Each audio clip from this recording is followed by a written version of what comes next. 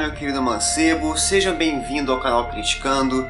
Eu sou o André Carvalho e eu tô muito triste. Mas vamos lá, já que eu tô aqui, então vamos embora falar sobre a saga Jogos Vorazes, né? Eu vou falar agora sobre os 4 filmes da saga, lembrando que é um vídeo que não vai ter spoiler, então fica tranquilo. Começamos então pelo primeiro filme, Jogos Vorazes, um filme de 2012, dirigido por Gary Ross. Pra mim, é o melhor filme da saga, ou o melhor filme da série. O roteiro adaptado desse filme é excelente, cara. Pode até mesmo não ter muita coisinha, muito detalhezinho que tinha no livro, mas, cara, pro público novo, pro público que não conhecia o livro e que tá conhecendo agora pelo filme, ele é excelente, ele tem muito conceito. A Jennifer Lawrence tá na sua melhor fase, ela tá ali perfeita nesse filme. A trilha sonora desse filme é boa, os efeitos especiais, apesar de ser um filme de baixo custo, eles são legais, eles são ok. O que mais se concentra de bom nesse filme é a fotografia, é a paleta de cores, a utilização de cores para poder contar a história. E a única coisinha que eu tenho para falar de defeito desse filme é que eles não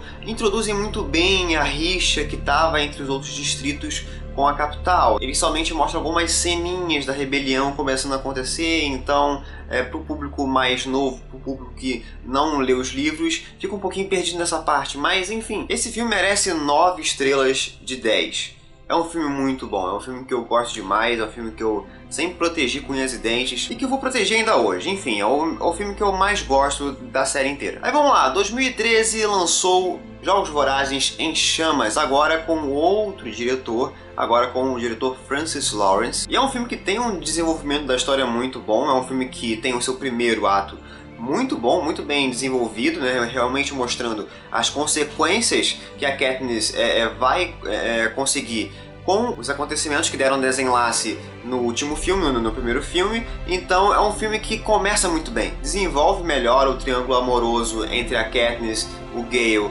e o Peeta. Você percebe que existe realmente uma trama acontecendo ali e que eles não podem ainda se entregar ao amor ou se entregar a alguns caprichos, né, digamos assim, por conta da guerra que está começando a acontecer, por conta da rebelião. A fotografia continua excelente, a paleta de cores continua excelente, o figurino e os efeitos especiais, eles deram um up muito grandioso.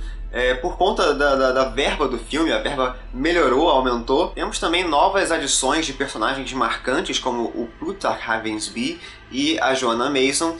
Esses personagens são muito bons, ainda mais o Plutarch. Caraca, esse personagem é excelente e o ator também é excelente. E pra mim a única coisa que realmente peca no filme é o lance deles tentarem botar de novo os jogos como a pauta do filme. Isso pode até funcionar muito bem em livro, mas em filme fica somente uma repetição de ideia.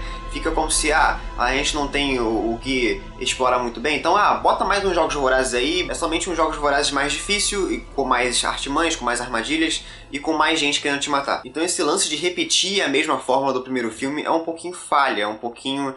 você desgasta um pouco o lance de você, caramba, ter a mesma primeira impressão que você teve no primeiro Jogos Vorazes. Eu não tive nesse outro. Enfim, esse filme merece 8 estrelas de 10. É um filme que continua sendo muito bom, ele tá um pouquinho abaixo da média em comparação ao primeiro filme, mas ainda continua tendo bons conceitos, atuações excelentes, trilha sonora excelente, uma paleta de cores excelente. E agora que começa um pouco a treta, porque o diretor Francis Lawrence, ele continuou fazendo os filmes e ele decidiu dividir o último livro, A Esperança, em 2 filmes. E agora vamos falar do Esperança Parte 1. Esse filme lançou em 2014 e infelizmente ele começa a ficar um pouquinho arrastado por conta desse lance de ser dividido em 2 partes, por esse filme somente contar a primeira metade do terceiro livro. Mas vamos lá, é um filme que eu já dou graças a Deus por não ter mais nenhuma referência aos jogos, por não ficar repetindo a mesma ideia de ficar colocando jogo. É um filme que já desenvolve melhor os personagens, desenvolve melhor a guerra,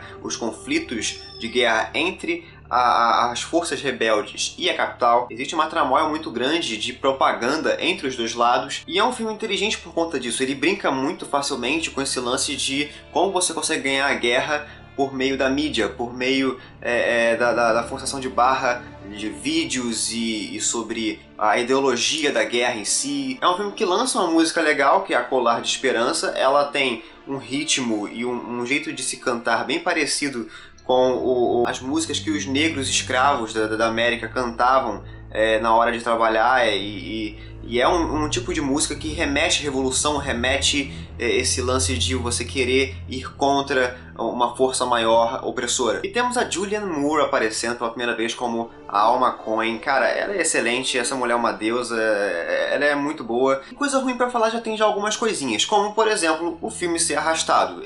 Dentre os 3 filmes que já foram lançados, esse terceiro filme ele é o mais arrastado por conta desse lance que eu falei, dele ser dividido. Você percebe claramente que o filme não tem um clímax bem ajustado, você percebe que é somente realmente uma primeira parte, a primeira metade de um filmão. E a atuação da Jennifer Lawrence deu uma caidinha, ela tá um pouquinho chorosa demais, ela tá começando a ficar um pouquinho... Ela não tá com aquela bola toda como ela tava no primeiro filme. Então pra mim, esse filme merece 7 estrelas de 10, né? Sozinho, ele merece 7 estrelas de 10. Então o filme tá na média, é um filme que tá ok, ele consegue continuar um pouco com as ideias que estavam sendo seguidas nos 2 últimos filmes, mas ele consegue também ser arrastado e ser um pouquinho precário. Agora vamos pra bomba, né, que lançou agora recentemente A Esperança Parte 2. E vamos começar logo falando um pouquinho das coisas boas que eu achei, que foram poucas, mas que existem. Como por exemplo a evolução de alguns personagens. Eu gostei muito da evolução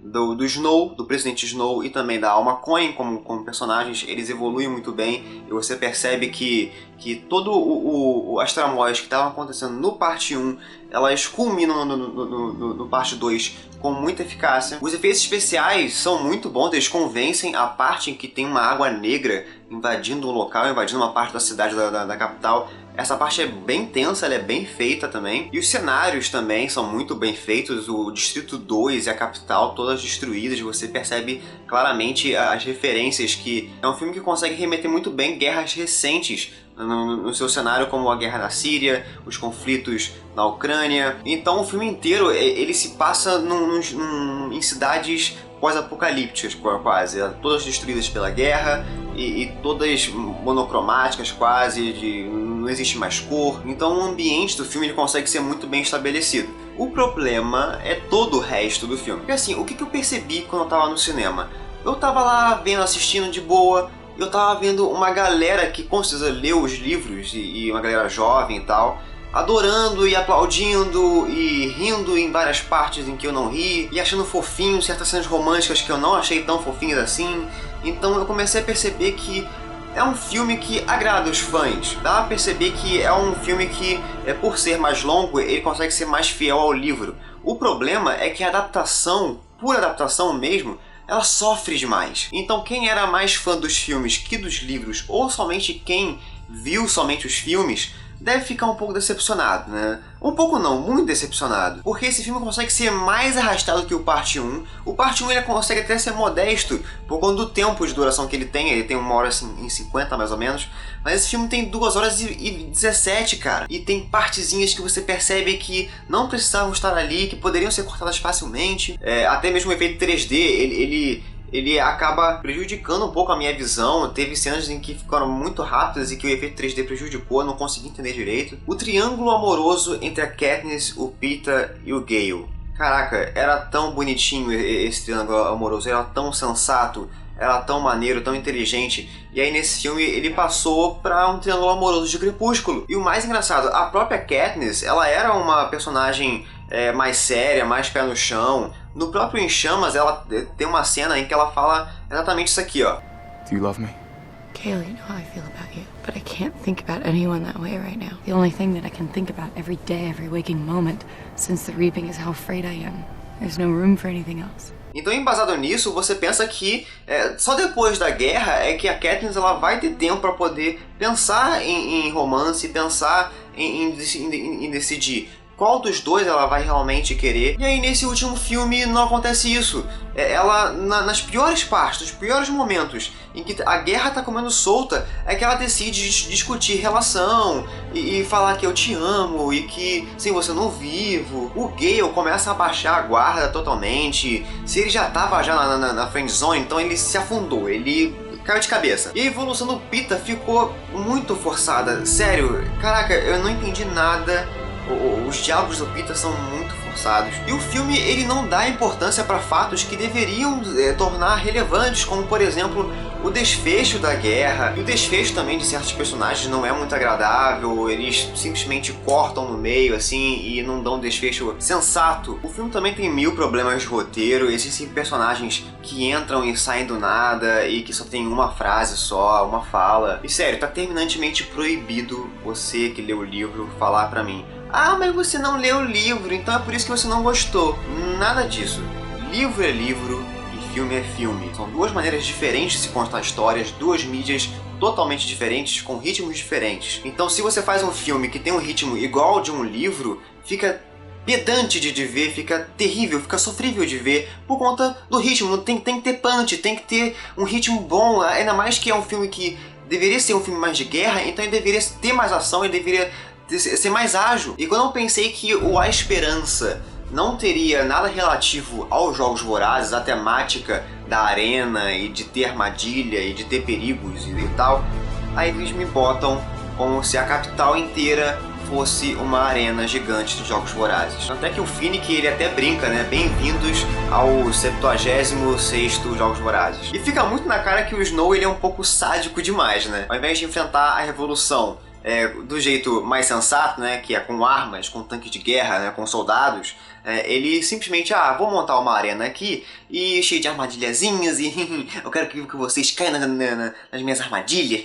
Então esse filme sozinho merece 4 estrelas de 10. Eu não gostei desse filme, sério, eu não gostei. A primeira parte do filme até que é boa, até que instiga, mas começa a entrar na guerra, a Katniss começa a se envolver com a guerra e fica muito maçante. É um filme que é recheado de fanservice. Somente agrada os fãs dos livros e não agrada nem um pouco quem nunca leu e quem somente estava gostando dos filmes. Então assim, eu até preferia ver um filme só de A Esperança de 3 horas. Podia ser 3 horas, eu não me importaria. Menos é mais, gente. Menos é mais. 2 filmes não colam direito. Acabou que a produção ficou preguiçosa.